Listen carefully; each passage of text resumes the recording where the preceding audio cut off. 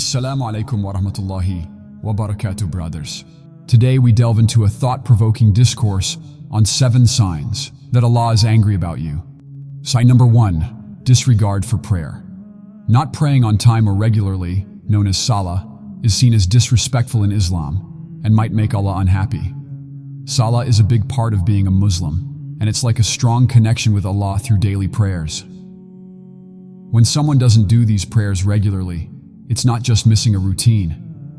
It shows a lack of commitment to the important beliefs of Islam. Praying is more than just going through the motions.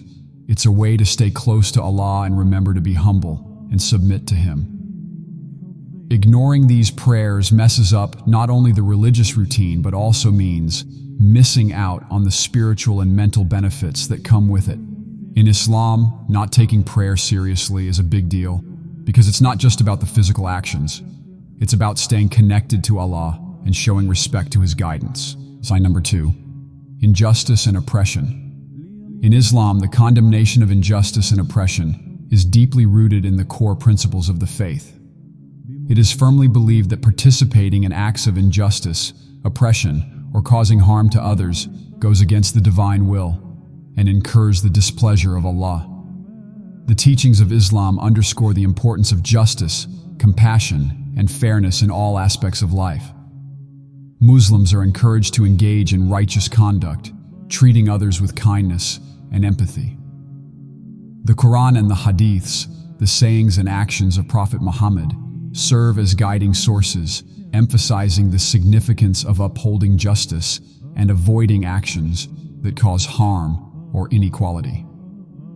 By adhering to these principles, believers strive to create a society that reflects the values of compassion and fairness, fostering an environment where individuals can coexist harmoniously. Sign number 3, disobedience to parents. Honoring and respecting one's parents is regarded as a fundamental and sacred obligation. Disobedience to parents is considered a grave transgression, carrying significant moral and spiritual consequences. The teachings of Islam emphasize the paramount importance of filial piety, viewing parents with the utmost reverence and gratitude. The Quran explicitly enjoins believers to treat their parents with kindness and to obey them, except in matters that contradict Islamic principles. Displeasing one's parents is seen as displeasing to Allah, reflecting a disregard for the values of compassion, gratitude, and family ties deeply embedded in Islamic teachings.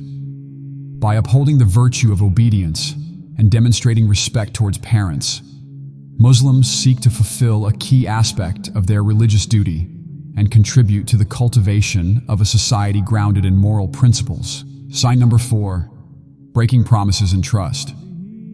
The significance of maintaining promises and upholding trust is underscored as essential ethical principles. Failing to fulfill commitments or breaking trust with others is discouraged within the framework of Islamic teachings. The religion promotes virtues, such as consistency and honesty, emphasizing that these qualities are integral to a righteous and morally upright life. Muslims are encouraged to be true to their word, recognizing that breaking promises and betraying trust not only damages interpersonal relationships, but is also considered displeasing to Allah.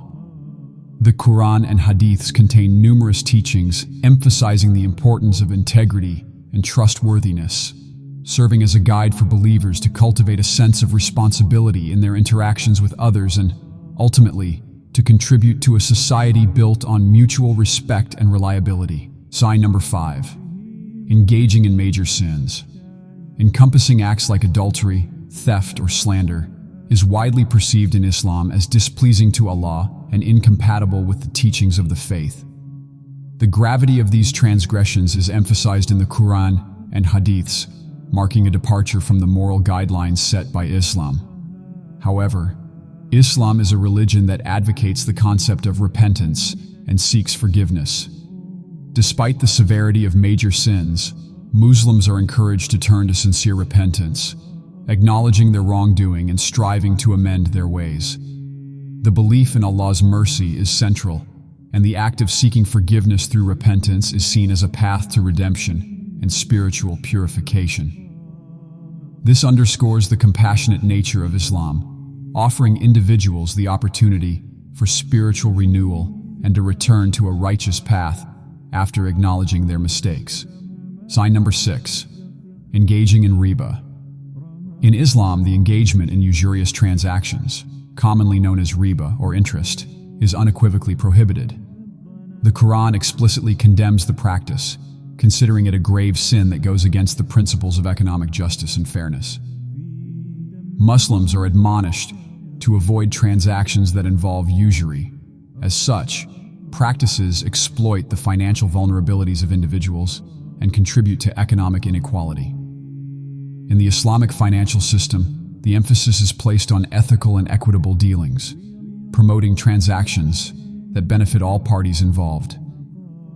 Involvement in usury is believed to be displeasing to Allah, and adherents are encouraged to seek alternative financial arrangements that align with the principles of fairness and justice outlined in Islamic teachings.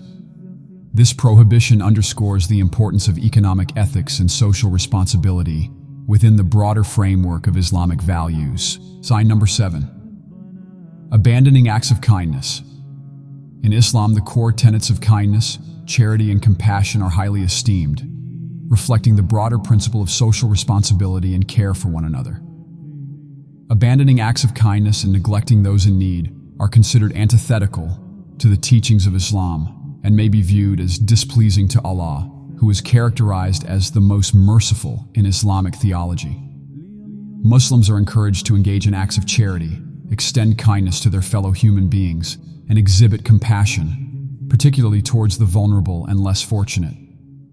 The Quran and Hadiths provide guidance on the virtues of generosity and the moral imperative of assisting those in need, emphasizing that neglecting such actions not only harms the individual conscience but may also incur divine displeasure.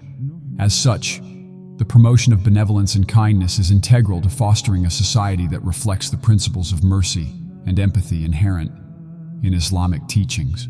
سلام على دار الحبيب ومن بها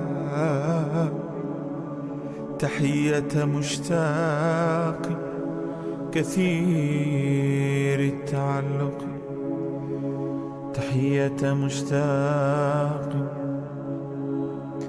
كثير التعلق